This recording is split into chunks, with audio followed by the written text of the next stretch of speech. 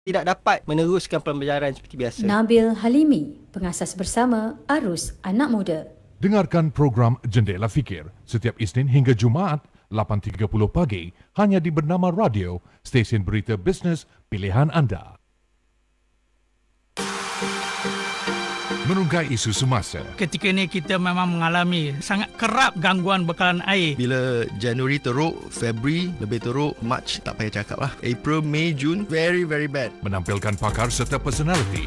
Disebabkan itu, untuk masa-masa sekarang ni, masa COVID ni, kami banyak menumpukan perhatian. Saya ke Gaziantep dan juga di Marawi, Filipina. Kedua-dua Malaysia adalah satu daripada kesan peperangan. Program Jendela Fikir bersiaran setiap Isnin hingga Jumaat 8.30 pagi hanya di Bernama Radio, stesen berita bisnes pilihan anda.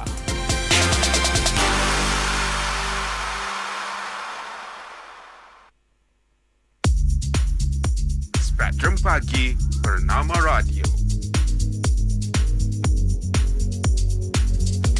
Bernama Radio, stesen berita bisnes pilihan anda. Ikuti podcast Bernama Radio di aplikasi Spotify. Dan untuk Jendela Fikir kali ini, memasuki tahun 2021, industri automotif di Malaysia masih berdepan dengan tahun yang mencabar. RHB Research sebelum ini mengunjurkan jumlah keseluruhan industri TIV pada 580,000 unit dan ia masih di bawah peringkat pra-pandemik iaitu 604,287 unit jualan yang direkodkan pada 2019.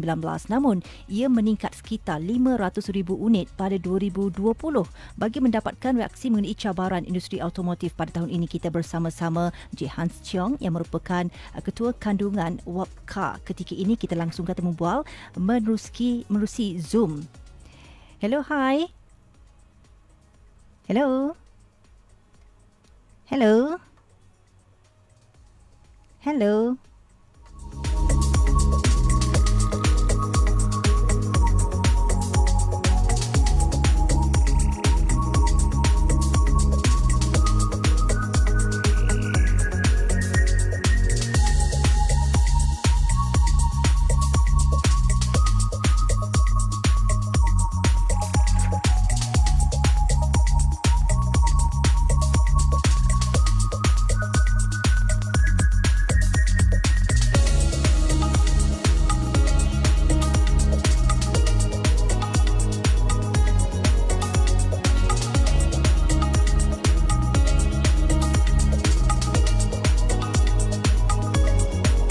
Baiklah, kita akan cuba menghubungi Encik Hans Cheong untuk memberikan lebih lagi informasi berkaitan dengan cabaran industri automotif seketika sahaja nanti di Bernama Radio, stesen berita bisnes pilihan anda.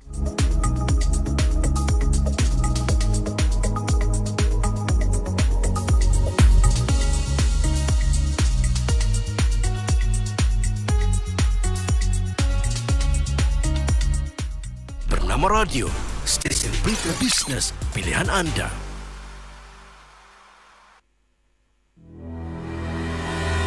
Kes-kes yang disyaki COVID-19, individu yang memenuhi kriteria klinikal seperti demam, sakit kepala, hidung tersumbat, selsema, sakit tekak, muntah atau loya, menggigil, kelesuan, kejang otot, cirit-birit atau batuk, sesak nafas, sukar bernafas, tiba-tiba hilang deri bau, tiba-tiba hilang deri rasa atau radang paru-paru dan sindrom kecemasan respiratori akut.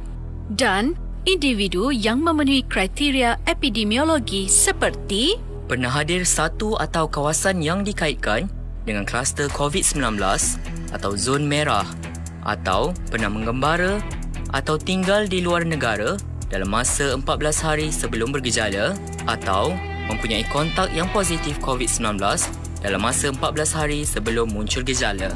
Jika anda mempunyai kriteria tersebut tadi, anda dinasihatkan segera membuat pemeriksaan untuk rawatan.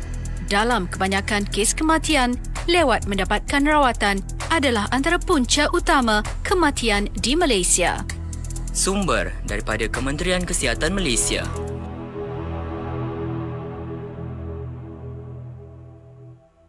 Kecemasan, boleh saya bantu? Hello, saya nak tanya. Malam ni jom tengok wayang nak?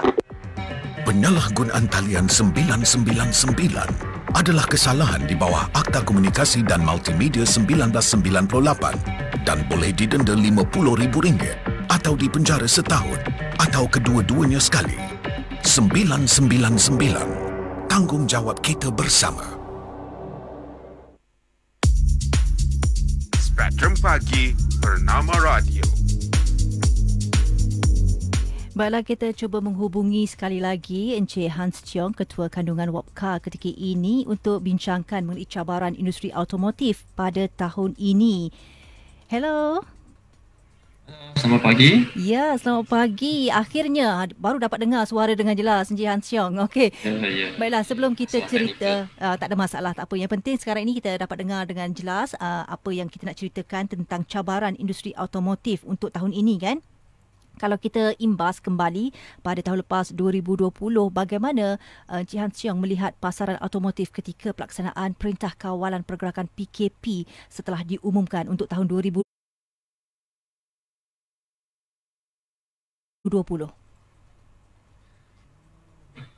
Tahun 2020 ini boleh dikatakan tahun yang amat mencabarlah, boleh dikatakan dalam sepanjang memori saya dalam industri automotif di Malaysia, bukan saja di Malaysia lah, seluruh dunia lah. Memang tak pernah terima cabaran seperti ini lah.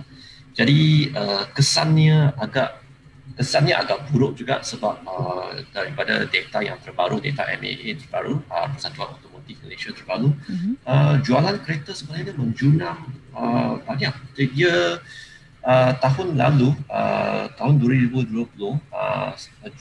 angka jualan ni dah turun sampai ke tahap 2013. Jadi boleh dikatakan progres yang dicapai 7 tahun lepas sudah hilang. Jadi kita kena balik ke tahun 2013, tahap 2013. Ya, bagaimana pula dengan unjuran industri automotif untuk tahun ini? Tahun ni para analisa cakap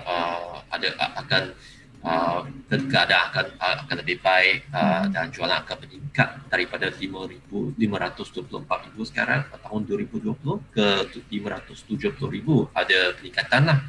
Tapi sebenarnya susah nak kata juga seberapa realistiknya peningkatan ini boleh berlaku sebab kita tiada siapa boleh tahu bila PKP berhenti, kan. Jadi banyak anggaran ni adalah dia buat assumption yang pada bulan bermula dari bulan 2, bermula dari sekarang, sektor ekonomi boleh berfungsi semula, tapi setahu kita sekarang dia masih ada sekatan-sekatan lagi. Memang sekatan itu perlu sebab kes COVID ni masih tinggi juga, masih dalam angka beribu-ribu juga. Jadi agak susah nak kata. Sukar untuk diperkatakan dan juga nak dijangkakan pun satu masalah juga, kan Cik Hans Cheong. Baik, dalam keadaan pandemik COVID-19 yang masih lagi belum menunjukkan sebarang pemulihan, bagaimana dari segi unjuran rakyat Malaysia yang berbelanja untuk kenderaan baru? Dengar tadi terputus tadi. Unjuran rakyat Malaysia untuk berbelanja bagi kenderaan baru ni dalam keadaan pandemik COVID-19.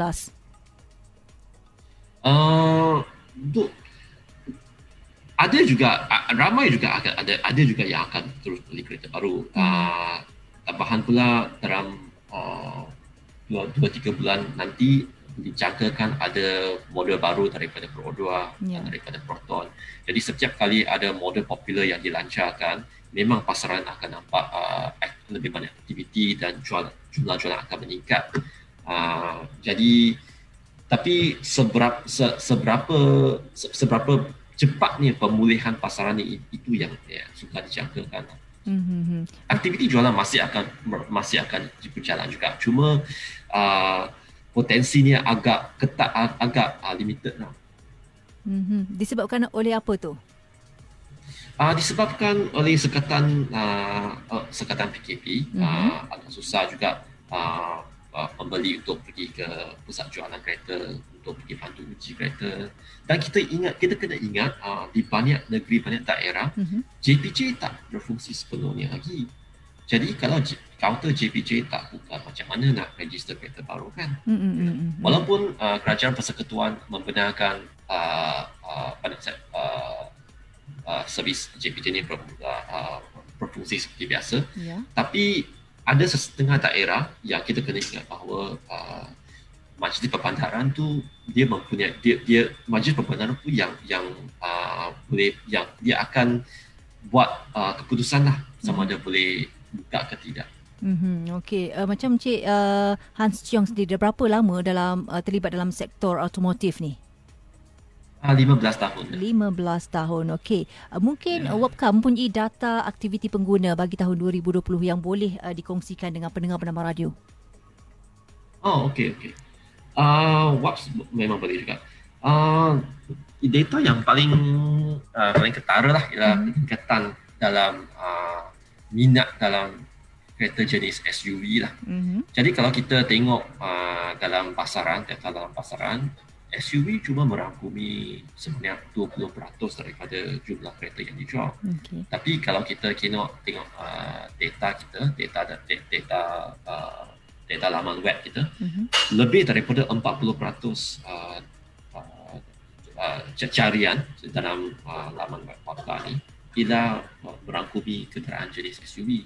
Jadi boleh dikatakan minat dalam kereta jenis ni amat tinggi lah. Dan yang paling rendah ialah kereta jenis pickup dan MPV lah. Minat ni dah amat berkurangan daripada katakan 10 tahun yang lalu lah. Kalau kita ingat 10 tahun yang lalu ada banyak minat dalam kereta jenis MPV. Masa tu ada model baru daripada Pro 2 Alza dan Pro 2 Exora perlu dilancarkan, tapi dalam 5 tahun kebelakangan ni tak banyak aktiviti dalam segmen itu dah. Kebanyakan aktiviti dalam segmen SUV. Jadi itulah penerangan dia. Okey, bermakna pasaran kenderaan tempatan contohnya macam Proton Pro 2 juga berlaku sedikit penurunan atau macam mana?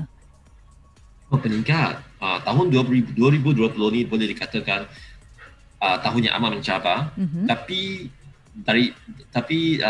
dalam sekitar cabaran tu ada jugalah berita baik untuk jenama-jenama tempatan, kerana kalau kita tengok market share pasar market share dalam jenama tempatan ni dia sudah meningkat ke hampir 60% dah. Jadi boleh dikatakan 10 kereta yang dijual ni, setiap 10 kereta ini baru yang dijual di Malaysia, 6 adalah jenama tempatan. Jadi untuk kalau kita tengok dari segi industri otomotif tempatan, daripada industri pengilangan komponen semua tu, ini satu berita yang baik lah. Okey, baiklah, bagi anda baru saja bersama-sama kami menerusi Jendela Fikir. Ketika ini kita bincangkan tentang cabaran industri automotif bersama-sama Encik Hans Cheong yang merupakan ketua kandungan WAPCA. Kita dah cerita tentang kereta-kereta jenama tempatan. Bagaimana pula dengan jenama antarabangsa ni? Jenama antarabangsa ni tahun 2021 ni bukan akan lebih mencabar lagi dari dulu lah. Sebabnya dah sekarang jenama tempatan misalnya Proton dan Pro 2 dah makin kuat, dah model baru mereka ni makin gempak, makin cantik. Dan misalnya Pro 2 yang dijangkakan bulan depan akan melancarkan model baru jenis compact SUV, dan harganya juga dikecangkakan akan berpatutan. Dan jadi siapa yang akan siapa kehilangan jualan tu lah, yang akan hilang jualan adalah jenama antarabangsa lah, misalnya daripada Proton, misalnya daripada Toyota dan Honda lah. Okey, dan kalau kita Proton lihat juga sama juga dengan Proton lah. Oh ya. Oh, okey, baik. Kalau kita lihat Kementerian Keuangan pada Disember 2020, Encik Hans, mengumumkan pengecualian cukai jualan untuk kereta penumpang yang membabitkan kenderaan pemasangan tempatan atau CKD dan model diimport sepenuhnya CBU dilanjutkan untuk tempoh 6 bulan sehingga 30 Jun 2021. Apa komen Encik Hans? Saya memang itu perkara yang baik, tapi kesannya tak berapa akan nampak banyak. Sebab apa? Sebab pelanjutannya untuk tempoh akan tamat pada bulan 6, bulan Jun. Tapi sampai sekarang kita dah masuk bulan 2 dah, dan dalam bulan 1 dan bulan 2 kita masih dalam tempoh PKP. Jadi syarikat kereta pun tak dapat buat apa-apa jugalah untuk take advantage of untuk cukai pelepasan cukai jualan ni. Encik Hans, apa yang boleh dilakukan untuk pertahankan sektor automotif ni untuk sama-sama bantu lonjakkan juga industri automotif negara? Yang paling penting sekarang yang kita perlu buat ialah memastikan bahawa sektor pembuatan, aktiviti sektor pembuatan dan penilangan boleh diteruskan seperti biasa. Memang kita perlu para penyilang perlu ikut SOP yang ketat oleh pihak ya. Itu yang paling basic lah. Selebihnya saya rasa adalah tidak begitu realistik lah, sebab kerajaan dah buat apa yang boleh dibuat sebab oleh pihak kerajaan lah. Mereka dah bagi pelepasan cukai jualan. Apa lagi yang kita nak daripada kerajaan, tak banyak lagi lah. Jadi pihak syarikat kereta cuma minta permintaan mereka cuma satu saja, cuma agar sektor penilangan dan pembuatan ni boleh berterusan. Okey, sejauh mana Encik Hans melihat dari segi kesan pandemik COVID-19 ni terhadap sektor ataupun kepada industri automotif negara? Teruk setakat mana sebenarnya? Kalau kita lihat dari segi pada awalnya mungkin sektor pelancongan cukup terkesan. Sektor automotif kalau boleh kita rankingkan di tangga ke berapa dari segi kesan, impak daripada pandemik COVID-19? Okay, sektor ekonomi yang lain saya tak begitu pasti lah, tapi dalam pendapat saya boleh dikatakan bukan dalam top 5 lah. Jadi yang top 5 ni memang lebih teruk lah, sektor pelancongan, sektor F&B, restoran itu lebih ketara lah, lebih kesannya lebih buruk daripada sektor otomotif lah. Apa yang boleh kita jangkakan dari segi cabaran akan datang ni memandangkan pandemik COVID-19 ni tak tahu bila akan berakhir? Cabaran sekarang ialah sebab sekarang ada banyak lagi pembeli yang sudah beli kereta, mereka dapat bayar wang tempahan tahun lalu, tahun 2020. Tapi sampai sekarang mereka masih belum dapat kereta lagi. Ada yang sudah tunggu sampai 5 bulan dan masih tak dapat kereta lagi. Kenapa mereka tak dapat kereta? Sebabnya supply chain adalah sudah terganggu. Pihak pengilang tak dapat beroperasi dalam kapasiti yang sepenuhnya. Jadi kalau kilang kereta tak dapat komponen, misalnya tayar, kaca kereta tu tak boleh pasang, tak boleh siap pasang. Kalau kurang satu skru pun tak boleh siap pasang. Jadi itu sebabnya itu sebabnya saya cakap tadi kenapa sektor penilangan ni amat penting untuk kita benarkan dia untuk teruskan supaya sekurang-kurangnya pembeli yang sudah bayar wang tempahan, mereka sudah pinjamannya sudah lulus, mereka boleh dapat kereta ni. Itu permintaan daripada sektor industri lah. Kalau boleh saya nak tahu Wapka ni buat apa sebenarnya, Encik Hans? Kami ni laman web, laman web untuk bagi pengguna nak compare kereta dan dapat maklumat terbaru. Nah, misalnya kalau nak cari model apa terbaru, model yang mana yang lebih baik, kebaikan dan kekurangan, maklumat semua ni ada dalam Wapka lah, dan mudah untuk digunakan lah. Semua sebab yang special dalam website Wapka ni ialah kita boleh dikatakan ialah mobile first company lah. Maksudnya semua orang sekarang kita guna telefon mudah alih, peranti mudah alih kan, peranti gadget semua, dan website kita ni amat user friendly untuk pengguna telefon mudah alih lah. Ya, apa yang menjadi trending kalau menerusi Wapka ni sendiri? Apa yang pengguna nak tahu biasanya sekarang lah dalam tempoh pandemik COVID-19 ni? Apa yang mereka cari? Sekarang lah model baru dari Proton dan model baru dari Perodua paling hot lah. Jadi baru-baru ni ada banyak berita dalam Perodua D55L, itu model SUV compact terbaru daripada Pro 2 lah, dijangkakan akan dilancarkan bulan depan. Jadi itulah top trending carian yang paling top sekarang lah. Dan juga model Proton Iris dan Proton Persona, ya itu juga agak popular sekarang. 3 model yang paling popular sekarang. Okey, bagaimana melihat dari segi industri automotif tempatan kita dalam jangka masa 5 ke 10 tahun akan datang? Jangka masa 5 ke 10 tahun akan datang, industri automotif ni kita terima banyak cabaran daripada negara-negara jiran kita.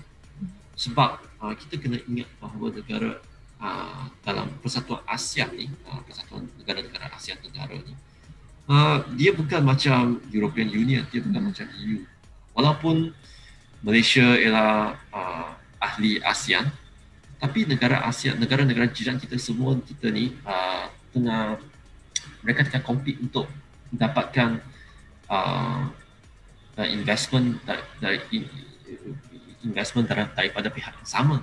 Semua nak bina industri otomotif mereka. Semua nak jaga industri tempatan mereka.